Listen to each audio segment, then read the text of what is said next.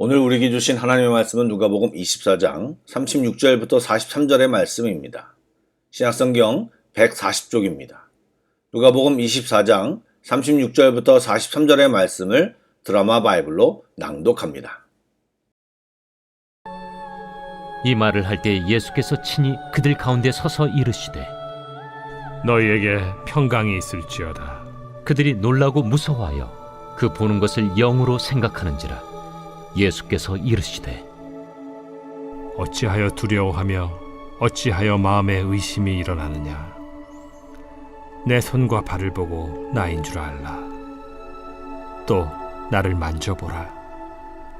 영은 살과 뼈가 없으되 너희 보는 바와 같이 나는 있느니라. 이 말씀을 하시고 손과 발을 보이시나 그들이 너무 기쁨으로 아직도 믿지 못하고 놀랍게 여길 때에 이르시되 여기 무슨 먹을 것이 있느냐.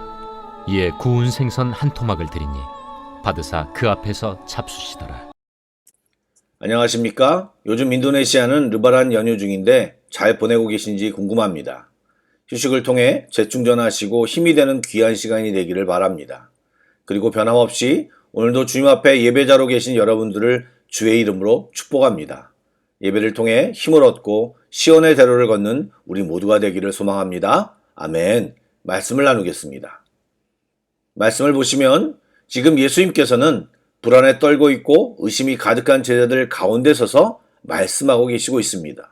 여러분, 예수님께서는 안식 후 첫날 주일날 새벽부터 여러 모양으로 당신의 제자들에게 당신의 부활을 알려주셨습니다.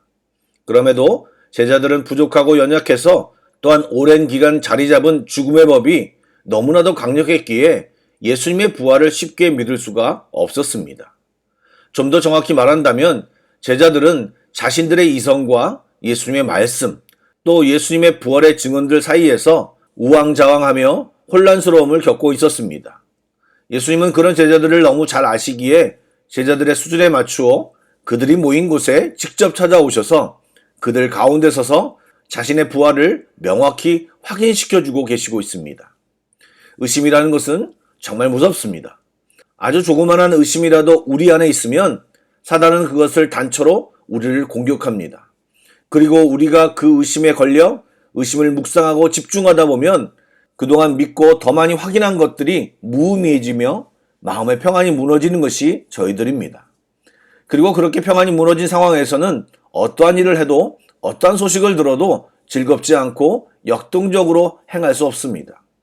그래서 그리스도인들은 우리 안에 있는 의심을 몰아내야 하고 확실함과 그것을 근거한 믿음을 가지는 것이 매우 중요합니다.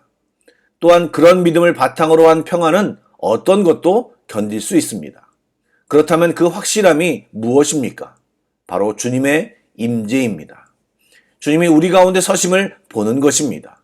여러분, 우리 삶 중앙에 주님이 서 계심을 믿는다면 무엇이 문제겠습니까? 무엇이 두렵고 어떤 것이 어렵겠습니까? 지금 본문의 상황도 동일합니다.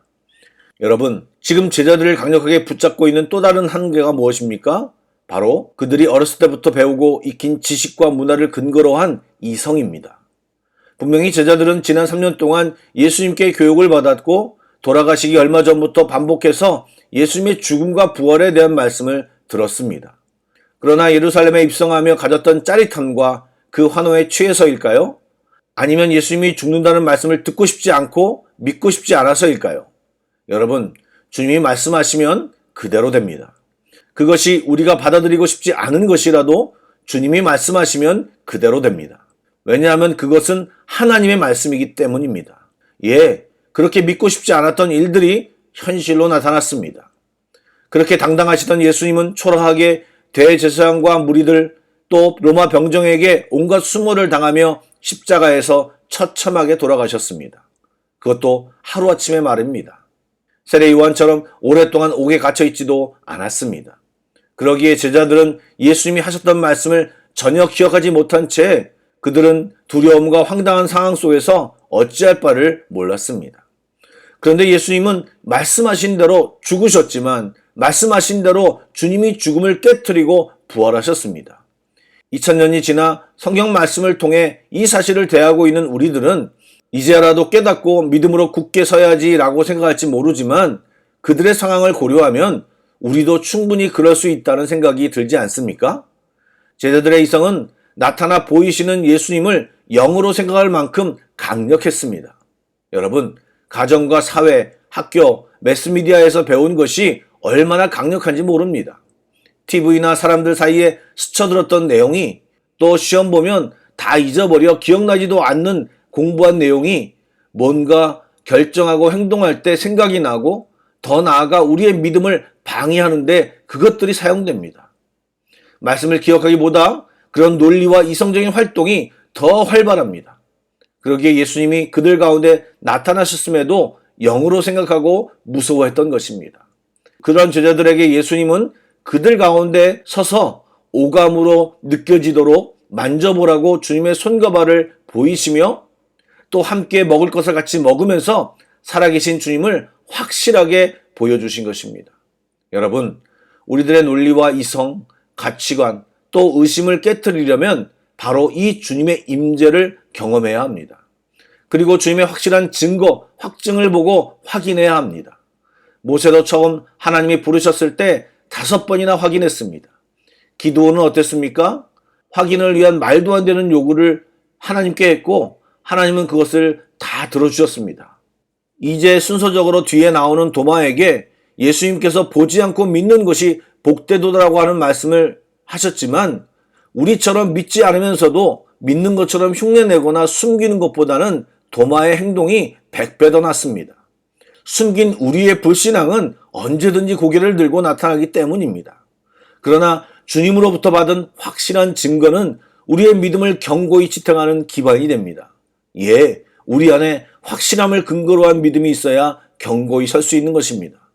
우리 주님은 우리가 실수하고 배신하고 모자르다는 것을 잘 알고 계심과 동시에 우리를 너무나 사랑하시는 분이십니다.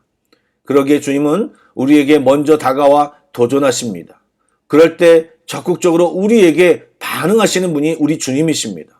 오늘 본문처럼 손과 발을 보여주시고 일부러 생선 잡수시는 모습을 보여주시며 우리에게 온몸으로 말씀하고 계시는 것입니다. 사랑하는 여러분, 혹시 불확실, 의심, 믿지 못함에 거하고 계십니까? 이 시간 주님을 부르시고 만나시기 바랍니다. 그런 감정이 있다는 자체보다 주님의 자녀요 제자라면 주님께 나아가지 않는 것이 더 나쁘다고 할 수 있습니다. 의심과 이성 가운데 거하지 마시고 믿음과 확실함 가운데 거하는 우리 모두가 되기를 주님의 이름으로 축복합니다. 아멘. 기도하겠습니다. 신실하신 주님, 주님의 자녀라면서 믿음보다 의심과 나의 이성 속에 갇혀 있는 자들이 되지 않게 하여 주옵소서. 주님은 우리에게 평안 주시기를 원하시는데 우리 안에 불안과 염려와 두려움이 있는 것은 왜일까요? 주님이 우리 가운데 계심을 더 확실히 알도록 하여 주시고 주의 임재를 보게 하여 주시옵소서. 예배 가운데뿐만 아니라 삶의 모든 현장 속에서 임재하시어 우리를 다스려 주옵소서. 우리의 감정, 질병, 관계의 문제, 재정의 문제, 진로의 문제 등 세상 것에 눌려 살지 않게 하시고 주님이 우리 가운데 분명히 계심을 확신하며 믿음으로 평안을 누리며 살게 하여 주시옵소서. 살아계신 예수님의 이름으로 기도드립니다. 아멘. 계속해서 찬양 한 곡을 묵상하시고 합심기도와 개인기도로 나아가겠습니다.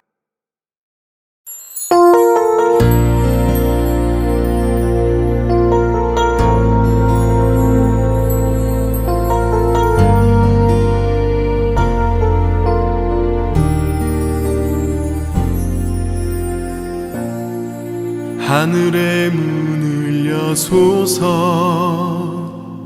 이곳을 주목하소서 주를 향한 노래가 꺼지지 않으니 하늘을 열고 보소서 이곳에 임재하소서 주님을 기다립니다. 기도의 향기가 하늘에 닿으니 주여 임재하여 주소서.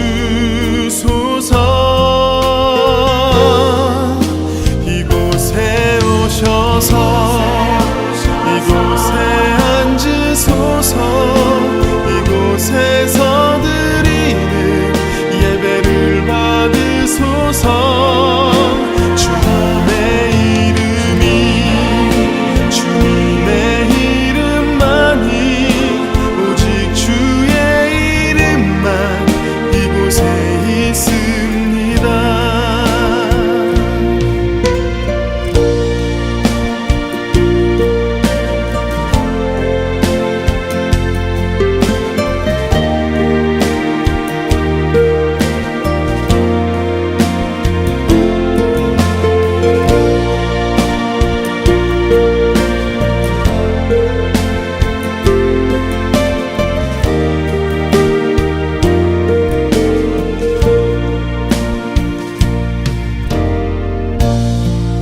하늘의 문을 여소서 이곳을 주목하소서 주를 향한 노래가 꺼지지 않으니 하늘을 열고 보소서. 이곳에 임재하소서. 주님을 기다립니다. 기도의 향기가 하늘에 닿으니 주여 임재하여 주소서.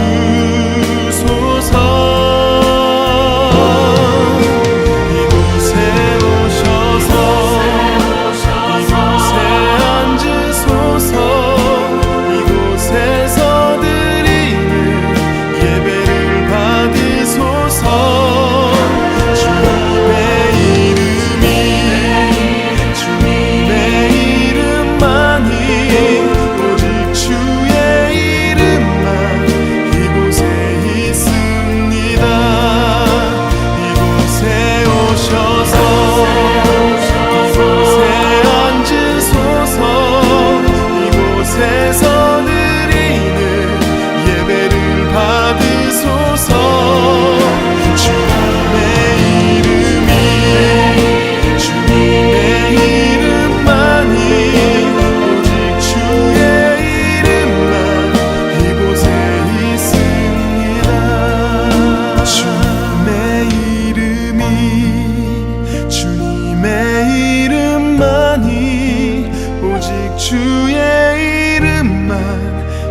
이곳에 있으리